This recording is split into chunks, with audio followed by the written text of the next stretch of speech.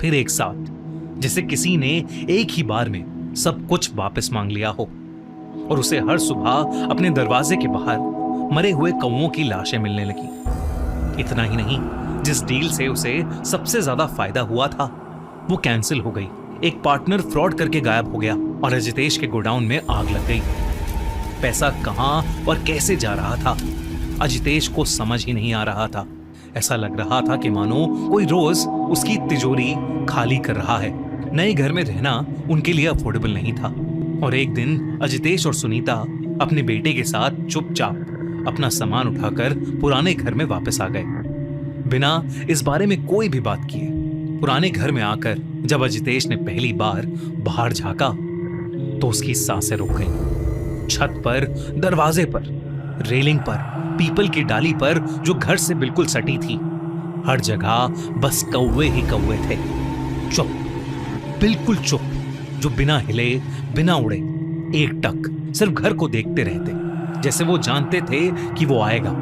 अजितेश ने घबराहट के मारे दरवाजा बंद कर लिया, पर्दे खींचे और कुछ देर अंदर ही रहा। उस रात पूरे समय अजितेश के बेडरूम की खिड़की पर टक टक होती रही। एक कौवा बैठा उसकी खिड़की के कांच पर बार बार अपनी चोंच मार रहा था। अजितेश ने ध्यान से देखा तो उस कौवे की लाल आंखें रात के अंधेरे में चमक रही थीं और अजितेश को ही घूर कर देखे जा रही थीं। अजितेश ने अगली सुबह उठते ही अपनी उंगली पर एक कट लगाया और अपना खून दानों पर लगाकर कौवों के खाने के लिए रख दिया, लेकिन कोई भी कौवा नहीं आया। अजितेश का बड़ा बेटा, जो अब 15 साल का हो गया था, वो अब बहुत शांत रहने लगा था। वो किसी से कुछ नहीं बोलता था। कोई उससे ज्यादा पूछताछ करता तो वो उसके ऊपर गुर्रा देता। बस दिन रात वो अपनी कॉपी में काले कौवे बनाता रहता, इतना कि क्रेयॉन से उसके हाथ भी काले हो गए थे।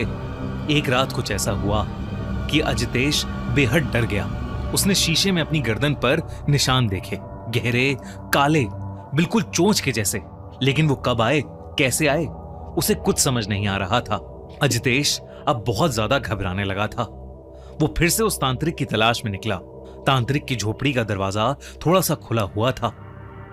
अंदर से कोई आवाज नहीं आ रही थी, बाहर भी कोई नहीं था।